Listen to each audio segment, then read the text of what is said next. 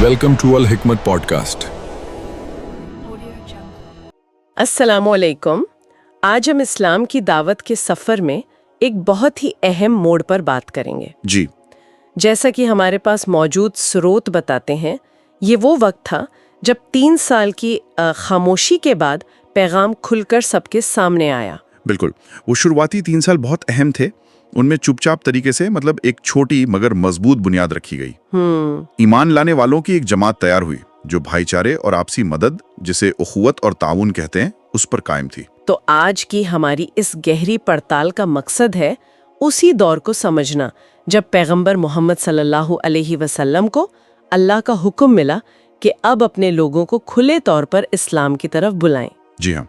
और इस ऐलान के बाद उन्हें कैसी मुश्किलों का सामना करना पड़ा। जी हाँ। चलिए इस दिलचस्प दौर को थोड़ा और करीब से देखते हैं। बिल्कुल। तो हुआ ये कि 3 साल गुजरने के बाद अल्लाह का हुक्म नाजिल हुआ सूरा अशूरा की आयत में, वअंज़िर अशीरतकल अक़रबीन। जी। यानी अपने नजदीकी रिश्तेदारों को डराओ। ये खुलेआम दावत का पहला इशारा था, है ना? बिल्कुल सही। और यहाँ एक बहुत दिलचस्प बात है, उसी सूरह अशूरा में इस हुक्म से ठीक पहले हजरत मूसा अलैहिस्सलाम का किस्सा काफी तफसील से बयान हुआ है। अच्छा। मूसा अलैहिस्सलाम का। जी हाँ, कैसे उन्हें नबूवत मिली, कैसे उन्होंने फिरौन जैसे जालिम बादशाह का सामना किया और कैसे आखिरकार बनी इसराइल को उसकी गुलामी से निजात दिलाई। तो इसका कोई खास मतलब था? इस हुक्म से पहले उनका जिक्र क्यों? हाँ, इसका गहरा मकसद लगता है शायद पैगंबर मोहम्मद सल्लल्लाहु अलैहि वसल्लम और उनके साथियों को ज़हनी तौर पर तैयार करना था कि आगे मुश्किलें आ सकती हैं, जुल्म हो सकता है, जैसे मूसा अलैहिस्सलाम के साथ हुआ। बिल्कुल, ये एक तरह का हौसला भी था और आने वाले इम्तिहान का इशारा भी। और इसी सूरा में नूह, आद, समूद जैसी पिछली कौमों का भी जिक्र है। हाँ, जिन्होंने अपने नबियों को झुटलाया था जी और हलाक हुई। तो ये झुटलाने वालों के लिए चेतावनी थी और ईमान वालों के लिए तसल्ली कि आखिरी कामयाबी हक की ही होती है। सही। तो इस आयत के उतरने के बाद नबी सल्लल्लाहु अलैहि वसल्लम ने क्या किया? पहला कदम क्या था? आपने सबसे पहले अपने करीबी रिश्तेदारों यानी बनी हाशिम और बनी मुतल्लिब बिन अब्द मनाफ के खानदानों के कुछ लोगों को खाने पर बुलाया। दावत दी। जी। स्रोत बताता है कि करीब 45 लोग जमा हुए थे। लेकिन वह सब कुछ ठीक रहा या कुछ मुखालफत भी हुई? नहीं, वहीं पर मुखालफत शुरू हो गई। जैसे ही आपने बात शुरू करनी चाहिए, आपके एक चाचा अबू लहब, उन्होंने फौरन टोक दिया। अबू लहब ने? उन्होंने क्या कहा? उन्होंने कहा एक तरह से धमकाते हुए कि देखो, ये तुम्हारे चाचा और चचेरे भाई मौजूद हैं, बात करो मगर बेवकूफ़ी की बातें छोड़ दो। अरे। और कहा, याद रखो, तुम्हारा खानदान पूरे अरब का मुकाबला नहीं कर सकता। अगर तुम अपनी बात पर अड़े रहे तो कुरैश के सारे कबीले तुम पर टूट पड़ेंगे और तुम्हारा अपना खानदान भी तुम्हारी हिफाजत नहीं कर पाएगा। सीरी चेतावनी थी कि ये रास्ता खानदान के लिए तबाही लाएगा। बिल्कुल। कि ये सब छोड़ दो। तो इसका क्या असर हुआ उस मजलिस पर? नबी सल्लल्लाहु अलैहि वसल्लम उस वक्त खामोश हो गए और वो महफिल बिना किसी नतीजे के खत्म हो गई। अबू लहब ने माहौल खराब कर दिया था। लेकिन आपने कोशिश तो नहीं छोड़ी होगी? नहीं, बिल्कुल नहीं। आपने उन लोगों को दोबारा दावत दी। अच्छा, फिर से बुलाया? जी। और इस बार आपने एक बहुत ही वाज़ेह और पुरअसर खुतबा दिया। उसका निचोड़ ये था, सारी तारीफ अल्लाह के लिए है, एक रहनुमा अपने लोगों से कभी झूठ नहीं बोलता। उस खुदा की कसम जिसके सिवा कोई इबादत के लायक नहीं, मैं तुम सब की तरफ खास तौर पर और तमाम इंसानों की तरफ आम तौर पर अल्लाह का रसूल बनाकर भेजा गया हूँ। जी, हमेशा के लिए जहन्नम। बहुत वाज़ेह पैगाम। तो इस बार लोगों का रवैया कैसा रहा? क्या अबू लहब ने फिर टोका? अबू लहब ने तो फिर वही मुखालिफत की। उसने दूसरों को उकसाया कि इनको रोको, इससे पहले कि कोई और रोके। लेकिन क्या किसी और ने हिमायत की इस बार? हाँ, और ये बहुत अहम था। आपके दूसरे चाचा अबू तालिब, जो बनी हाशिम के सरदार भी थे। अबू तालिब। हाँ। उन्होंने जवाब दिया।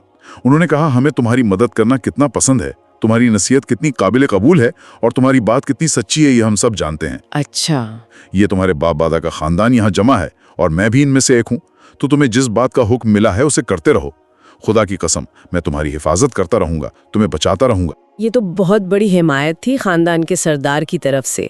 लेकिन क्या उन्होंने इस्लाम कबूल कर लिया था? नहीं, यहीं पर एक पेच है। उन्होंने साथ ही ये भी साफ कर दिया कि मेरा नफ्स मुझे अब्दुल मुत्तलिब का दीन छोड़ने की इजाजत नहीं देता। अपने बाप दादा का दीन। जी। ये बात बहुत गहरे मायने रखती है। यहाँ हमें दिखता है कि कैसे उस समाज में खानदानी वफादारी और नए अकीदे के बीच एक कशमकश थी। अबू तालिब हिफाजत कर रहे थे, नबी की सच्चाई को मान रहे थे मगर अपना पुश्तैनी दीन छोड़ने को तैयार नहीं थे। उनकी हिफाजत शायद कबीलाई असूलों पर ज्यादा थी। और अबू लहब का क्या हुआ? वो तो मुखालिफत कर रहा था। अबू तालिब ने अबू लहब का भी जवाब दिया।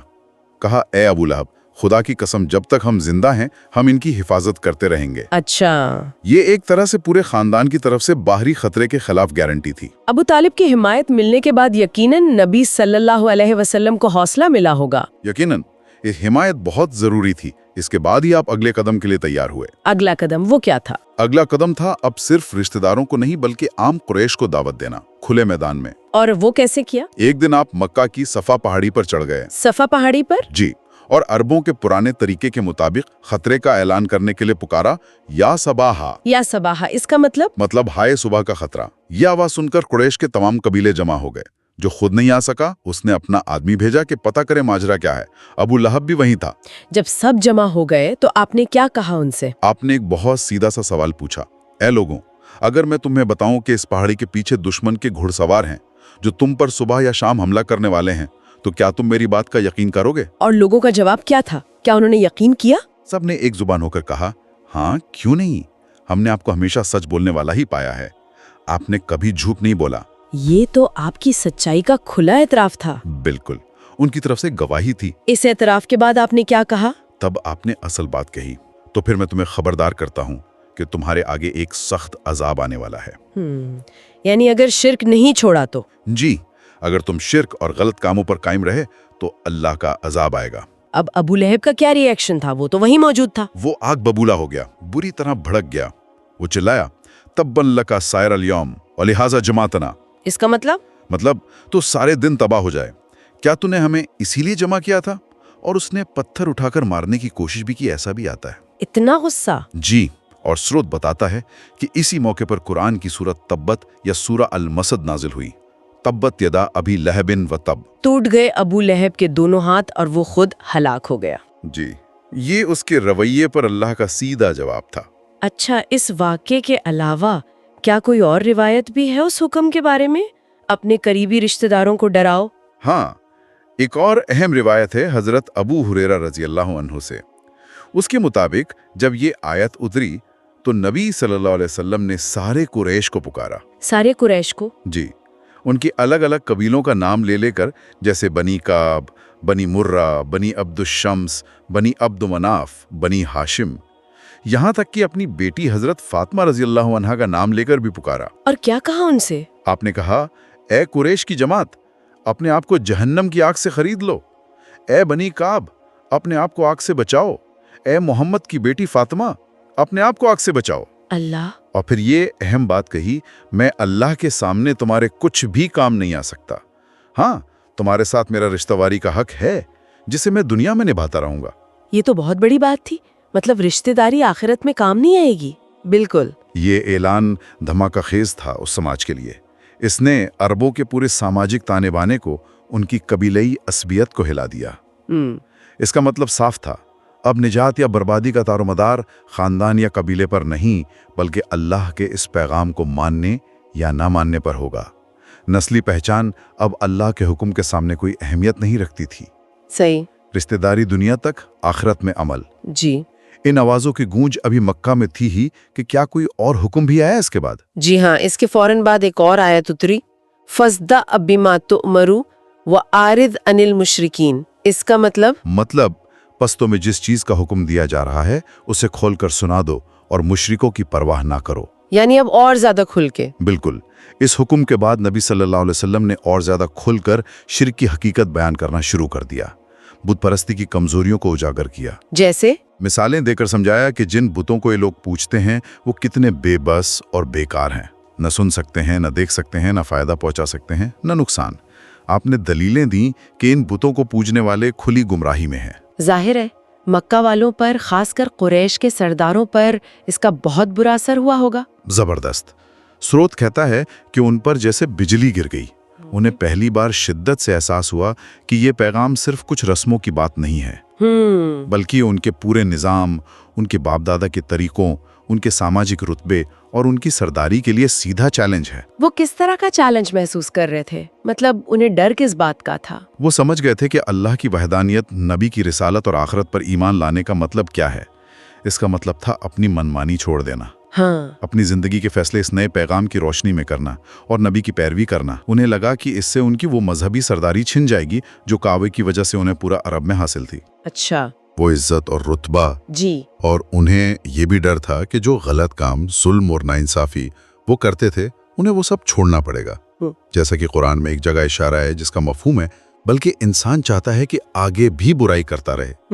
بدلاؤ مشکل لگتا ہے۔ وہ اس بدلاؤ کے لیے تیار نہیں تھے۔ لیکن ان کے سامنے ایک مشکل بھی تو تھی، جیسا آپ نے پہلے بتایا۔ ہاں، بہت بڑی مشکل، اور وہ یہ کہ یہ پیغام لانے والا شخص کون تھا؟ محمد صلی اللہ علیہ وسلم۔ جی، جنہیں وہ بچپن سے جانتے تھے، جن کی سچائی اور امانت داری کی وہ قسمیں کھاتے تھے، جنہیں وہ صادق اور امین کہتے تھے۔ ہاں، یہ تو مشہور تھا۔ انہوں نے اپنی پوری تاریخ میں اس بلند کردار کا انسان نہیں دیکھا تھا۔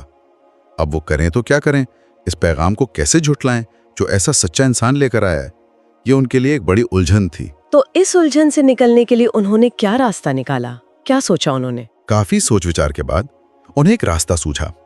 انہوں نے سوچا کہ نبی صلی اللہ علیہ وسلم کے سب سے بڑے حمایتی ان کے چاچا ابو طالب کے پاس جایا جائے۔ اچھا، پھر سے ابو طالب کے پاس؟ جی، لیکن اس بار دباؤ ڈالنے کے لیے کہ وہ اپنے بھتیجے کو روکے۔ تو کیا وہ گئے ابو طالب کے پاس؟ کون لوگ گئے؟ جی ہاں، قریش کے کچھ بڑے سردار گئے، جیسے عتبہ بن ربیعہ، شیبہ بن ربیعہ، ابو جہل، ابو سفیان وغیرہ۔ یہ سب ابو طالب کے پاس پہنچے۔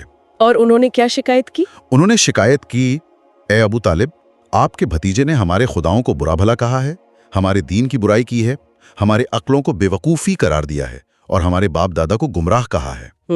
اب یا تو آپ خود انہیں روک دیں یا پھر ہمارے اور ان کے درمیان سے ہٹ جائیں۔ آپ بھی ہماری ہی طرح ان کے مخالف دین پر ہیں تو ہم ہی ان سے نپٹ لیں گے۔ ایک طرح سے دھمکی دی۔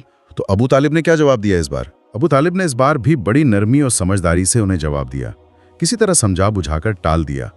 وہ ٹکراؤ نہیں چاہتے تھے۔ لیکن کیا نبی صلی اللہ علیہ وسلم رک گئے؟ نہیں، نبی صلی اللہ علیہ وسلم اپنے کام میں لگے رہے، اللہ کا پیغام پہنچاتے رہے۔ لیکن قریش چپ تو نہیں بیٹھے ہوں گے، انہیں کوئی اور چنتا ہوئی ہوگی۔ ہاں، ایک اور فکر انہیں ستانے لگی، اور وہ تھی حج کی۔